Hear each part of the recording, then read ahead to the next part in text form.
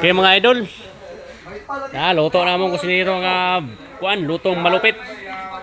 Ano sa mga tirada na mga pre? Binignit. Binignit nga nukos. Binignit with. Muna sila mga kusinero. Yan.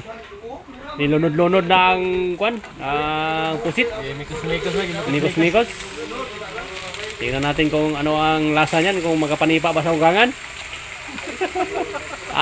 Tingnan natin kahimtangan eh. Kung okay ba sa alright. Ayan. Inukay-ukay na, inukay-ukay. Makrema. Sarap. Mikos pa rin. Mikos. Yan ang mga sikretong malupit sa mga kusinero namin. Yan. Yan. Lagyan na yung kaunting laurel. Lagyan ng mikos-mikos na dahon. Pang palasa daw. Yan ang mga sikreto daw ng malupit. Ayan. Ano pa yan? Lagyan ng mga liso-liso. Ayan. Liso-liso yan. Yan. Yung isa naghugas-hugas na. Hugas-hugasan na yung mga basos at mga platos. Yung mga customer namin nandito nag-antay ng mga kuan, kung mga order na order. Ito mga kahimtang namin dito. Kanya-kanya kami ng mga posisyon. Minsan nagluluto, minsan naghugas ng plato, minsan nag-iigib. Yan. Matutulog ng mahimbing. Ayan, hinugasan dahil tumambling. Buhay na buhay, tumambling eh. Yan. Ayan, lunod-lunod. Antayin natin siya maluto pagka mamaya. Sarap yan. Anong amoy pre?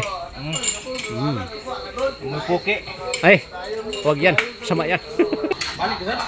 Ayan, inukay-ukay na. Yan, sarap yan. Yun. Yan, matikman natin yan mamaya sa panghapunan. Ayan. Lagyan na siya ng mga atsal. Lagyan pa ng sili. Mas lalong masarap. Yun ang kahimtang namin dito. Magtitiis-tiis muna kami dito sa pusit na ganito kalaki. Pinutol-putol lang kasi sobrang laki. Okay, malapit nang maluto. Ito ang kahimtang ng aming niluluto. Kumulo-kulo na. Ayan, inukay-ukay pa. Okay, luto na. Ayan na ang finished product.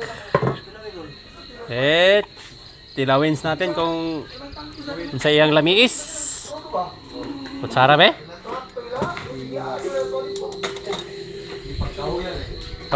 Sarap na to. Tingnan natin kung anong lasa. Be.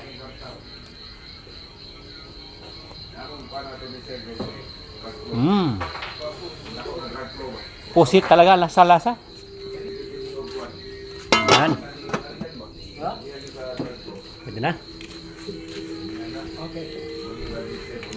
Pwede na. Magkain na tayo.